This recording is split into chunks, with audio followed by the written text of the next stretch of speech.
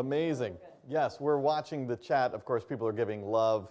Laura Ballard says, Laura and Jim are tuning in from Maui and loving the music. To which Peoria, of course, replies, we would all love to be watching from Maui. But yes, we are all loving the music as well. So fun to have live music, right? Yeah, so fun to have. Fun in studio, to be fair. Absolutely. So we know that you're enjoying it as well. Welcome everyone to an evening of hope, a virtual fundraiser for Peoria Home. We are live here at the Seattle Lives studio where we are minutes away. The main program starts at 7 p.m. Pacific.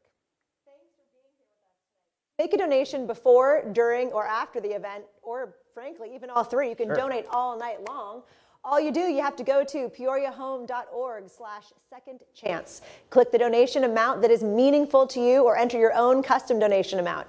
Then just complete your donation. It's easy as that. That's right. So thank you in advance for your generosity. Thank you to all of you who have already given. We're watching your generosity. We're watching your gifts coming in live. If you have any questions, just reach out to us in the YouTube chat. Again, we want to know that you're with us. Say hi in the chat. Where are you all watching from? I assume you're not all in Maui? Together? Together? That's not allowed. Let us know where you are, yeah. Don't forget to share photos of yourself attending our virtual event. You can post directly to our Facebook event page or find us and tag us on Instagram at Peoria Home Project. Please show us your photos. We love to see them. Absolutely. Well, we've got Farshid Babazadeh right behind us providing the amazing music. So enjoy. We're going to hand you back over to Farshid for a few more songs. So we'll see you when we go live with the main program at 7 p.m. Pacific. Back to you.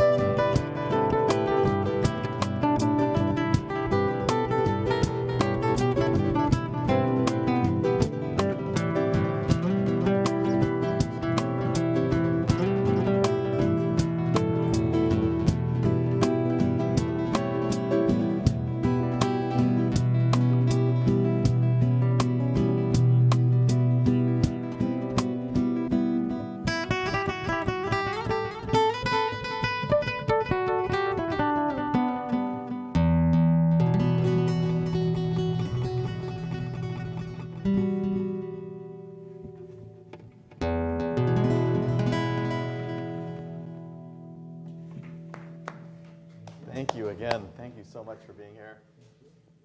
If you're at home, please, a round of applause for our amazing musician. I was going to say magician, but you are like a musician, like a magician, back there. musician. This is Yes. Farshid. Farshid, you can take a break.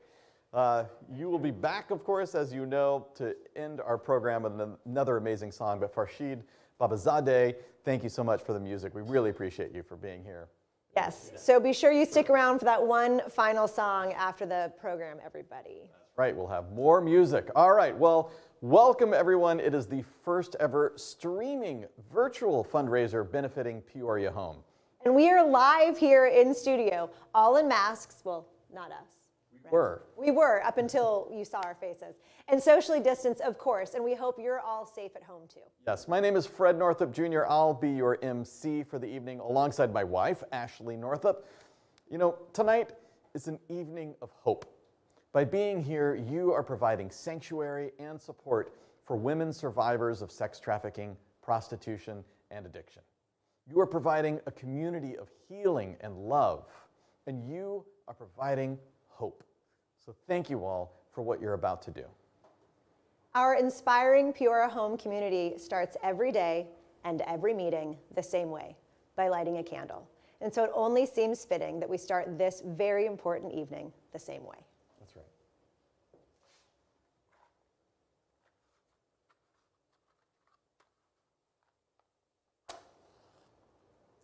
We light this candle for those women still on the streets, so they may see the light and find their way home.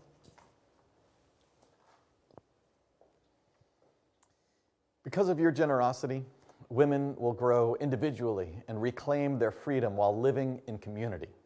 To make this happen, it's easy. You simply visit our donation page below. You can see it there. It's peoriahome.org/secondchance. Now, things, of course, are different this year, but we're still going to make it fun and meaningful for those of you joining us from the comfort of your homes. Again, say hi to us in the chat. Make us jealous that you're in Hawaii, you know? Do what you want to do. We're seeing Jen saying the music is amazing. Kit agrees the music is amazing. Well, and I noticed that Lisa says she's watching at Peoria Home with some of the residents. I So love hi, that. everybody. Yes, hello. Thanks for being here. And Lisa mentions that if you have any questions, you can ask them in the chat as well. Just remember that even though we're apart, we're still coming together right now. We're together apart. That's correct. Not only do we have a couple of compelling speakers for you this evening, we will also be doing a drawing for 6 delectable desserts. If you registered to attend, then guess what? You're entered. And if you win, we'll deliver the dessert locally to you. Okay, so we're ready to roll. Yeah, look at those desserts. All right, we have people, again, watching from all over. Again, say hi to us in the chat. We love knowing where you're watching from. We're coming together live right now, and again, we just love hearing from you. And you mentioned that we've got some of our residents and affiliates watching too. So again, hello residents, hello affiliates. We are honored to support you tonight. To officially kick things off, please welcome our founder and board president, Paula Newman-Skomsky. Hi, welcome everybody to our 6th annual Evening of Hope fundraiser for Peoria Home. We appreciate your ongoing support because we couldn't do this without you. For those of you who are new to Peoria Home, welcome. Just a little background, as a forensic nurse examiner, I first encountered women living on the streets in the emergency department when they would come in assaulted, and realized that there were no services for women trying to exit the sex trade here in Snohomish County. So one year I stumbled upon the Thistle Farms program in Nashville, Tennessee, and went back and learned about their program, and our program is modeled after their successful program there. We are part of a sister organization of 40 different programs across the United States, providing about 500 beds for women trying to exit the sex trade. A lot of people wonder where our name came from, Peoria. Well, it was recommended by one of our volunteers because in 1854, President Lincoln gave a speech that was the turning point of his political career and the beginning of the Emancipation Proclamation to end slavery as we knew it at that time. So for us, Peoria is a symbol of a turning point in a woman's life and her beginning journey to freedom. This year, we are celebrating 3 years of having women in residence at Peoria Home. where we provide sanctuary and support to women who are survivors of sex trafficking, prostitution, and addiction. Again, thank you so much for being with us tonight. We really appreciate your support. Welcome to our circle and our journey, and we couldn't do this journey without you. Thank you, Paula. I know our executive director would also like to share Peoria Home's successes and the goals for next year. That's right. Please welcome Terry Inglis. We are so thrilled you have joined us this evening to learn more about the mission of Peoria Home. We hope you come away with an awareness to what we are doing in our fight against sex trafficking here in Snohomish County, and we hope you will be generous in your support of survivors in our program. As Paula mentioned, we are celebrating 3 years, and with the challenges in this last year, our programs continue to thrive, providing support and touching the lives of women. Let me share some of our accomplishments since opening our doors. 14 women have benefited from living in a safe, warm community environment in our resident program. All have had access to vocational and life skills education, mental health, recovery support, and so much more. Our affiliate program was started in January of 2020 to provide a lifeline for women who have already completed a program yet find they still need resources and connection. They are required to be in a safe living environment, are working, and are going to school. They also benefit from the vocational and life skills education classes we offer. Peoria Home's Survivor Support Group also kicked off January 2020. It provides weekly support, mentorship, and community for survivors. Our resource line, it's provided referrals, support, and general guidance to more than 100 individuals within this last year. Peoria Home was fortunate to receive the Everett Conservation Society Lawns to Lettuce grant this year that is helping in building our agricultural gardens for growing food for our residents and herbs and flowers for our future social enterprise products. The Peoria Home Detached Garage was revamped by a most generous group of Rotarians and local businesses. This space will be used for our future social enterprise, and it includes a beautiful office for staff and serves as a great workspace for our classes for our women. A wonderful group of volunteers built and painted the picket fence in our resident home front yard, giving our ladies a bigger sense of security with our very large corner lot. All of this was made possible by the support of our community, and we thank you. Like many nonprofits, Peoria Home has definitely been impacted by the COVID restrictions throughout this last year. We are so grateful to have received support from Providence Medical Center, Community Foundation of Snohomish County, and the Tulalip Foundation for providing grant funding focused on supporting our general operations and programs. As a new organization, it is so important to be able to be out in the community, introducing people to Peoria Home and why the need for such a program, to educate and bring awareness to the sex trafficking happening in our own backyards. So not knowing how the future will fully impact our ability to meet with people, we are looking at alternate ways to reach out with quarterly online educational sessions and connecting with and presenting at Rotary-type group meetings. If you belong to a group that might be interested in an online education presentation on sex trafficking and prostitution and Peoria Home, please reach out. The long-term goal is for our social enterprise, Born Worthy, to be up and running, with our residents and affiliates receiving job skills and experience, and raising funds to help in supporting the Peoria Home programs with the products made and sold. Your support tonight will ensure we are able to continue with our current programs in the next year, providing sanctuary and support to women survivors. Thank you. Thank you, Terry, and the entire board for your leadership during these unusual times. Yeah, we want to thank our sponsors for their support as well. We cannot do this without our partners in the community. So first, thank you to our streaming sponsor, Providence Regional Medical Center in Everett. And thank you to our sustaining sponsors, Coastal Community Bank, Green Cat Design, and the Gail Osenkopf-Fabian family. And thank you to our guardian sponsors. First, our guest speaker, Eli Zucker, for providing the support for himself and our survivor speaker.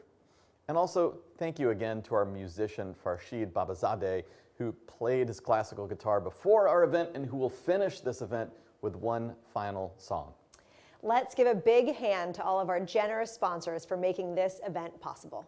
Remember, your gifts tonight ensure the ongoing support and sanctuary for women survivors at Peoria Home. You can give at any time during our program. We are confident there is a level that works for everyone. We're going to put up the link below right now. There it is. And we simply hope you'll make a gift, not that's easy, but that is truly meaningful to you. We're watching these gifts come in live, by the way. I should mention Daniel Carnes just donated, and Beth Hutchings just donated, and Sylvia Anderson with a $1,000 donation. That's amazing. So join us at any time. All right. Actually, I think we should show our guests those amazing desserts that their registration for this event has entered them to win. All right, look at those behind us. Delicious. And those are to scale, by the way. They're that big. All right. All right, let's pull our first 3 dessert winners. Okay, so I am going to pull for the first one, which is our assorted dozen alfajores. I looked up what these were today, and they look amazing. They are South American confection with 2 butter cookies sandwiching dulce de leche and covered in chocolate. Donated very generously by Oso Negro Baking Company. I mean, a amazing. place I need to go, I think. Yes. Okay, so the winner of those is Kelly Guzman. Congratulations, Kelly. Kelly! All right. I'm coming to your house to share those desserts. I'm going to just drop that on the floor. Yeah. Okay. All right. Up next, we have an assorted French noce macarons made by La Parisienne, donated by board member Patrick Clark, who I'm going to call Monsieur Patrick Clark in honor of La Parisienne. All right. All right, who's our winner here? Arlene Rankin. Arlene, congratulations. Those, if they come in those colors, they're beautiful. Yes, they absolutely are. All right, Okay. finally, what's up? Finally, let's draw for our chocolate fudge cake made by Simply Desserts and donated by board member Betsy Rivera. Do you want to draw one? Sure. Get I in am there. Licensed by the state of Washington Raffle Paper Drawing Association. Plus, you're really mixing them up. Yeah, I like to. There's no cheating here. There we go. This one goes to Rose Morrison. Congratulations, Congratulations, Rose Morrison. Rose. All right, we're going to put that down for now. And you'll be contacted, by the way, tomorrow to coordinate the delivery of your desserts. And everyone else, don't worry, don't sweat. We've got 3 more desserts to draw for, and we'll do those at the end of our program right before the music. So as we continue, again, a reminder, you can make your tax-deductible donation to change lives at any time using the link at the bottom of the screen. For the next 10 minutes, we're going to hear from our guest speaker. Please welcome Eli Zucker, Director of Men's Accountability at Seattle Against Slavery, speaking about accountability and how they are working in partnership with Peoria Home. Hi all, my name is Eli Zucker. I'm the Director of Men's Accountability with Seattle Against Slavery. Thank you all so much for inviting me to share my voice with you all. This is such a meaningful opportunity for me. Before we get started, I just want to acknowledge that men's accountability is not an easy thing to talk about, particularly on a video over Zoom. The ideas and perspectives that I'm going to share with you all are ones that I hope can grow and evolve with the relationships that we build in community, and I hope that we can share those conversations quite soon. My hope is that this is going to be a beginning or a middle for our work together. It certainly isn't an end. There's a lot of work that I do in my role as Director of Men's Accountability with Seattle Against Slavery, but I primarily facilitate programs that work with men who buy sex, men who facilitate trafficking, and really men in general who want to create paths towards accountability for our shared work together. One of those programs is the Stopping Sexual Exploitation Program. It's a 10-week intervention that helps educate men about the harms of prostitution and also help them build more healthy, fulfilling relationships in their own lives. The other program that's really exciting is the Men's Accountability Community. The Men's Accountability Community really fosters those long-term sustainable relationships among men that work to support survivors, healing in our community, and their needs. I approach both of these programs and my work from a place of restorative and transformative justice. I believe that nobody in our community is disposable. I reject ideas of shame-based approaches, interventions, and instead endorse ideas of accountability. I really, truly believe that accountability is the foundation for a healthy community, for our healthy community.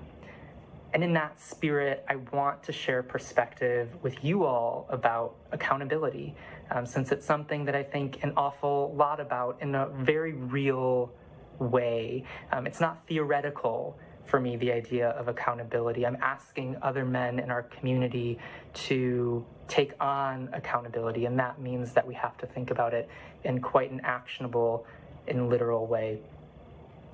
When I think about accountability, I really hold two parts. The first part says that men are making choices in our community when it comes to issues of gender-based violence that are causing harm, right? Disproportionately, men are making choices that are causing harm in our community around those issues. My relationship to survivors, my relationship to this issue as a whole anchors me there first and foremost. Men are making choices that are causing trauma, exploitation, and violence, and we need to start there. I want to share with you just a snapshot of what that reality of harm looks like. There are 100+ websites where commercial sex is available and thousands of ads at any given time. 100 to 200 women and girls as young as 12 are trafficked in Snohomish County every night. It's not uncommon for detectives to see 200 to 250 responses to prostitution ads within 2 hours of an ad being posted. Buyers come from all races and ethnicities, but are overwhelmingly white, almost 80%, and almost exclusively men. For me, these statistics help remind me of the harm that's happening in our community and also expose the social inequities that commercial sexual exploitation relies on. This piece, again, I start here, I'm anchored here. It's so important.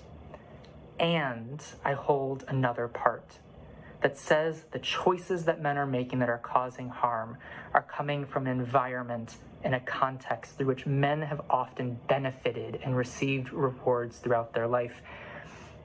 In so many ways, this is about gender socialization, right? It's about masculinity.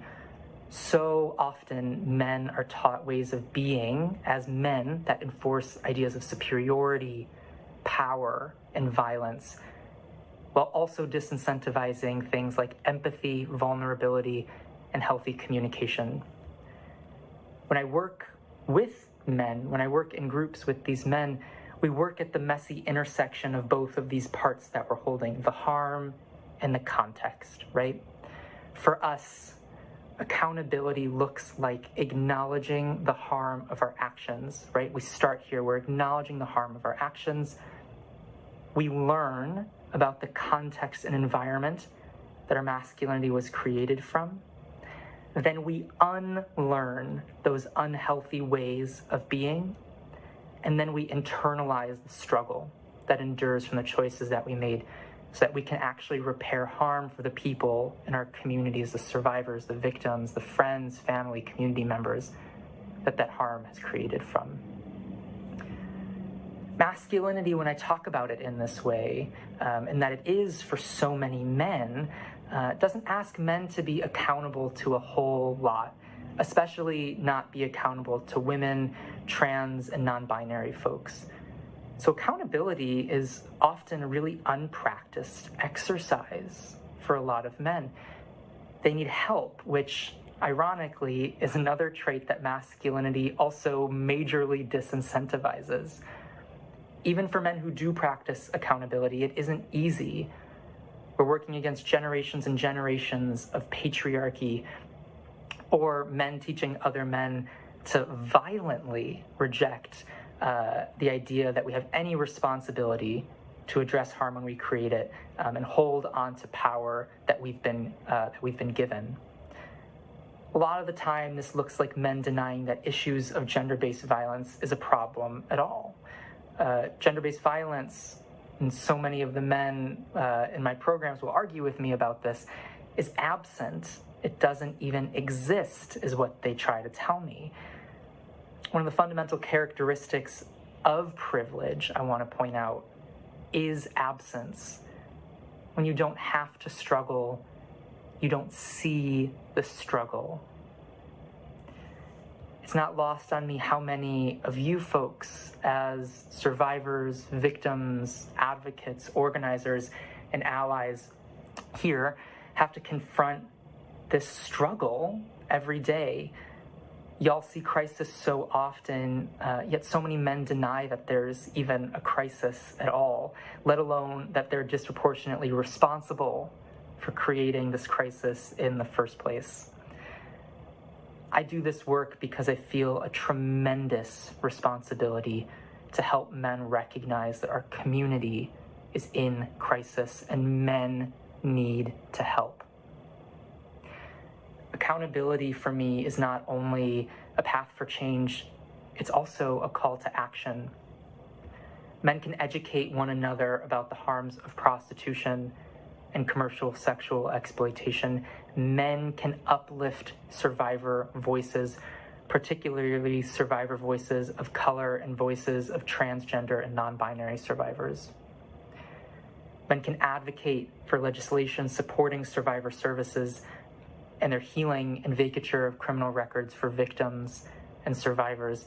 Men can demand that their places of work adopt mandatory training addressing commercial sexual exploitation. Men can and should be the largest source of fundraising efforts to support survivor services in our community.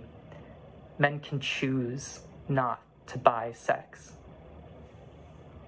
I'm so moved by the action Peoria Home facilitates in our shared community to address these issues of gender-based violence, and I'm especially proud of the collaborative efforts we're generating together to integrate men's accountability practices in Snohomish County. The Stopping Sexual Exploitation program, which I talked about earlier, is well on its way to becoming a reality in Snohomish County, and I'm sure the men's accountability community will follow suit afterward.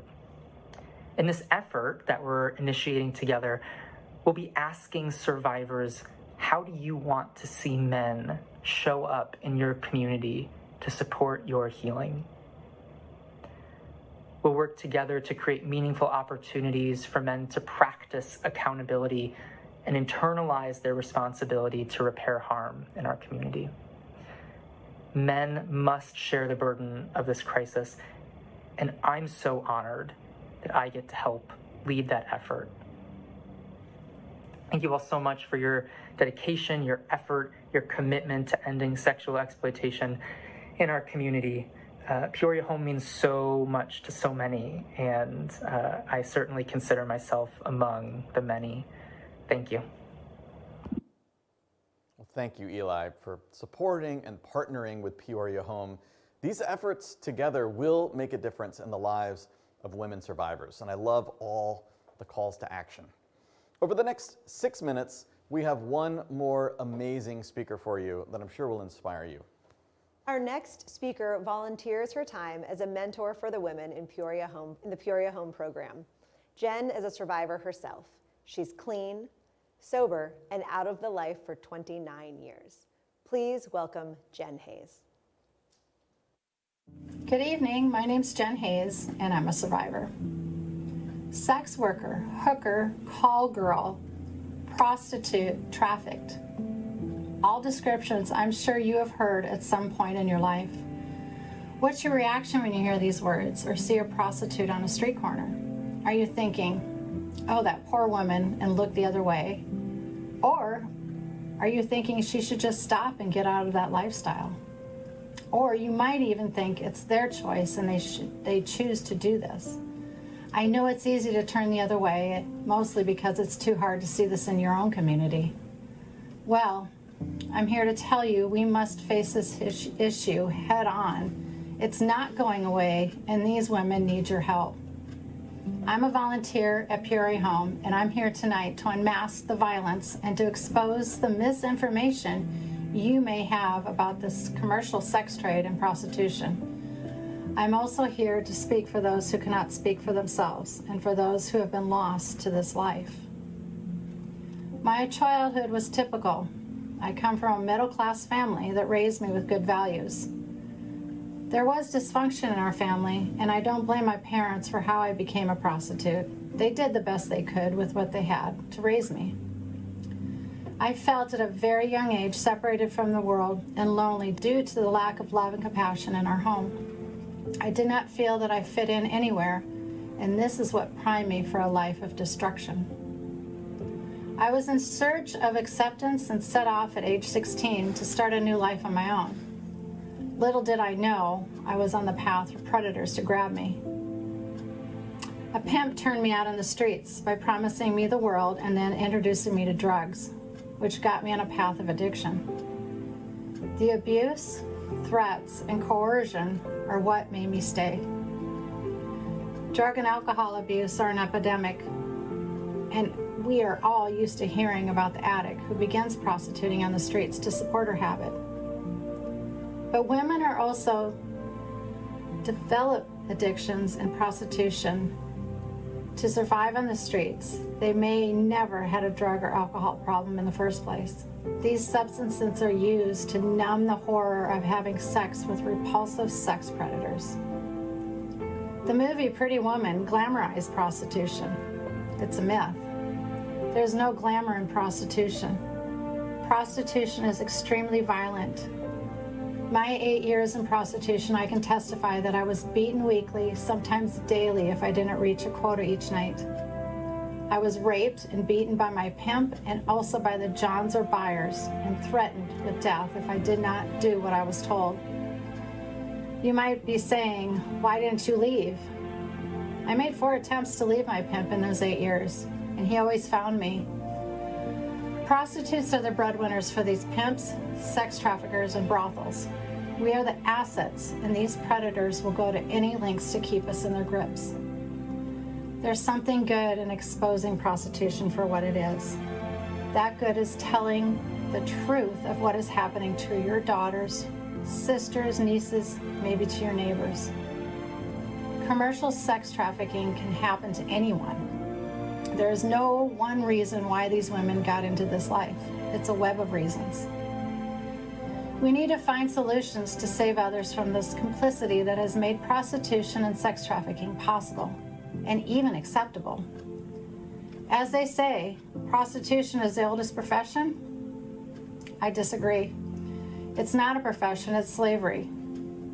One solution is holding the pimps, brothel keepers, sex traffickers, and buyers accountable for the harm they have caused.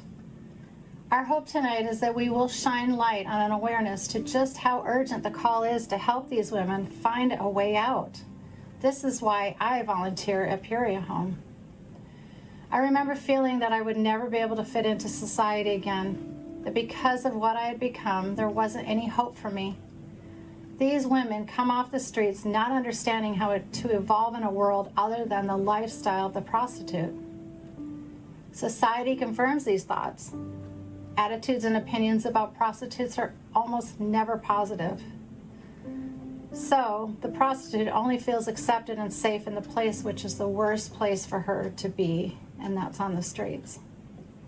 I want to change that for these women and let them know there is hope.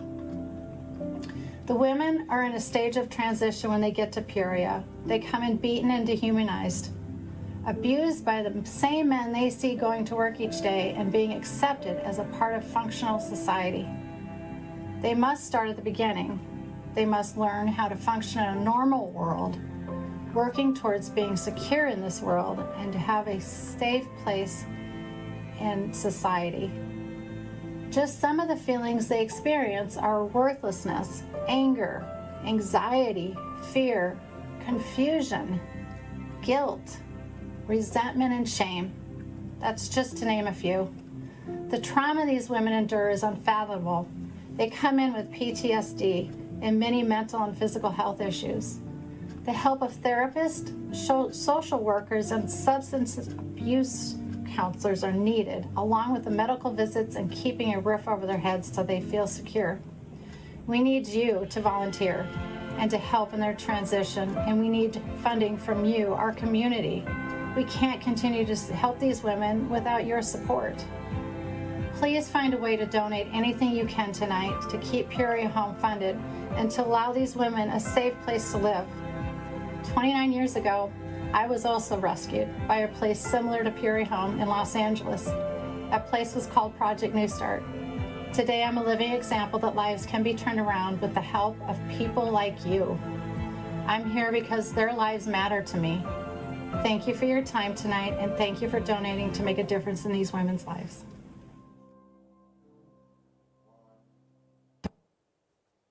Thank you, Jen, for your willingness to share and for your tireless support of the Women in the Peoria Home program. You are absolutely a beacon of hope. That's right. Now, if you have not yet visited the donation page, we hope that you will do that. We hope that you'll join us right now. We hope that you will dig deep now that you've seen the profound impact that you have on the lives of the women at Peoria Home. Now, our top level is $5,000. We're going to start at a big number and work our way down, but we're confident that there is a level that works for every person watching. Our goal is simply 100% participation. And to those of you who have given already, thank you. So if you can join us at $5,000, please do. And actually, while people give, we'll talk a little bit about some of the things that they might be providing for the women at the home. Right, and if you're able to donate $5,000, you will provide the women with 3 months of licensed mental health provider services. Yes, so again, if you can join us at $5,000, please do. And we're watching these gifts coming in live. You can see them right there too. 80 just joining us right there live. Thank you for your generosity. Perhaps you can join us at $2,000. When you donate $2,000, you help ensure the women have a safe home environment by covering the cost of the residential home for a month. And we want to say a big thank you to our lead $2,000 donors, Patrick Clark and Carol Huxema, as well as Ken Inglis. Right, so look at that. They each provided 1 month of safety and love. So that's 2 different donors at $2,000. If you can join them at $2,000, please do. And again, you can see all of the names lining up right there next to us of all these generous donors coming in right now. Thank you so much, Adi and Christine Hill. We appreciate your generosity. Kit Topaz joining us there. Shar, one of our big volunteers. Thank you so much, Shar, for your generosity at $1,000. That's amazing. That is our next official level of $1,000. If you can join Shar and everybody else at $1,000, please do. When you donate $1,000, you provide our women the support materials they need for our life skills education curriculum for 3 months. Yes, and I can see also joining us Sylvia Anderson, one of our board members, joining us at $1,000. Paula Newman-Skomsky, of course, again at $1,000. We just appreciate everybody who is digging deep and making a really meaningful gift. And we'll see gifts of $50 and $500 and $5,000. This is about a community coming together for an important cause. So if you can dig deep, if you can dig deep and make a gift that's really meaningful to you, we would appreciate that. Our next level is $500. If you can join us at $500, please do. All right, $500 gifts keep our women in the light by paying the resident home utilities for a month. That's right. So if you can join us at $500, please do. You can see that we've got a big goal, that $45,000 goal. Of course, we're going to keep this giving link open so you can share this program with your friends and family so we can continue working our way towards that $45,000. And of course, with matching gifts, if you work at Microsoft or Boeing or Starbucks or BECU or King 5, or there are a lot of companies out there that will match your gift. So always make sure you ask your employer if they'll match your charitable giving. So if you can join us at $500, please do. Let's see. Help us keep the lights on. Keep the lights on. We want to see, we're seeing all of these gifts. Thank you, Lisa Miner again. I'm going to jump down. There's Lisa and Danielle. You can see the names on your screen, and Beth, Sylvia, Deborah, Elizabeth. We just appreciate everyone for digging deep and joining us at $500. Ashley and I are going to donate $500. That's right. But I've got my phone in my pocket. It's probably not the best time. So we'll do that as soon as we're off. So if someone could just pencil our name in. Yeah, pencil us in. There we go. So Julie just joining us right there. Thank you for your generosity. We really appreciate that. Everyone, if you need to go find your credit card, if you're like me and your wallet's in a different room, we'll wait. Yeah, we've got time. We've got time. Yeah. All right. Our next level is $250. And your gift of $250 covers unreimbursed medical expenses for our residents. Women come into the program without medical coverage and may need medical or mental health assistance. Yes, so if you could join us at $250, please do. And again, you can see all of our friends here joining us live right there. We're watching these gifts continue to come in. There they comes come. right there, Carrie Gregoire. And Julie. Coming in live right there, and Julie coming in. Yes, so thank you, And Lisa Carrie and and Addie, Julie. everyone. Yeah, we just really appreciate everyone. We're watching these come in live as you are. Our next level is $100. I love this level of $100. It is just so lovely and kind because you provide a welcome basket for a new resident. These include personal hygiene products, a journal, socks, a towel, and I love this, their very favorite sweet treat. And look at that, Kurt Lipman just joining us with a gift of $3,000. Whoa. $3,000 from Thanks, Kurt. We really appreciate your generosity. Absolutely amazing. So our next level is $50. And a reminder, you can give at multiple levels if you're inspired. You can give at multiple levels. So come on in, join us. I mean, you could do the gift basket. You could keep the lights on. Yeah, absolutely. You could pay for the mental health services. Yeah, so we've got people giving, again, you know, $3,000, $300. Just make a gift that's meaningful to you. We appreciate everyone digging deep and coming together. So let's talk about $50. All right, when you donate $50, you help our residents get to appointments on time by filling the Peoria Home van gas tank. That's absolutely amazing. So Kurt joining us at $3,000. Laura Ballard says, I'm in for $2,000. Yes. So that's absolutely amazing. Again, we're just watching these gifts coming in live. You can see right there, $1,000. Another $1,000. But both of those are board members. Thank you so much. And then Marie Wolfganger is also a board member. Marie, thank you for your generosity. Absolutely amazing. You can see that we're now over the $20,000 mark. So our last level is $25. And when you donate $25, you provide a new resident with their starter groceries. Yes, so if you haven't joined us yet, please do. Again, all of your donations change lives by going directly to support the Peoria Home programs. So again, I love seeing that $3,000, $2,000, $1,000. We've got $50 donors, $250 donors, $100, $1,000 donors. So just everyone, if you haven't joined us yet, now is the time. Dig deep, change lives with us. And we just want to say thank you to everyone who has already raised your virtual paddle tonight. We really appreciate your generosity so much. And the giving link, it is going to stay open so you can share this with your family and friends. And I'll note that this YouTube link where you are watching right now, as soon as our program is shut down, it will automatically archive this program so that you can click the share button, share that on social media. And a reminder too, if you work again for a company that will match your generosity, make sure that happens quickly. Take advantage of that. Double your impact. Whether you're doubling a gift of $250 and it becomes $500, a gift of $1,000 can become $2,000. So right there, David Henry joining us at $250. Thank you so much, David. We really appreciate everybody for what you're doing right now. You can see we're now at $23,000. That's absolutely amazing. We're gone past the halfway mark to our goal. Here comes Isuko. Thank you for your generosity. So again, marching towards $24,000. We're so close. Well, we're about to give as well. Right, so then we'll be at $2,400 before we draw more, yeah. our final dessert, one of the Peoria Home residents has something she would like to say on behalf of all of the women supporting the Peoria Home programs. Hi, I'm Evelyn, and I want to say thank you for all the generous support that you've given us here at Peoria Home. Peoria Home has given me hope with the promise of a freedom from the life that I used to live. And thank you so very much. Well, let's pull the rest of our dessert winners while many of you continued to give. All right, there just a few seconds ago, Betsy Rivera, of course, thank you so much for your generosity at $1,000. We just appreciate everyone really digging deep and making such generous gifts. So up first, we've got an assorted dozen French noce macarons made by La Parisienne, Right? donated by Monsieur Patrick Clark. That's right. You're going to keep working on that French, huh? Patrick, merci right. beaucoup, Patrick. How am I doing? French, French, you're really good at French, I'm Fred. hungry for those desserts. You spent time in France as a child. All right, Deborah Willich? Anyway. Congratulations. Yes, you get those beautiful macarons, as you say, Fred.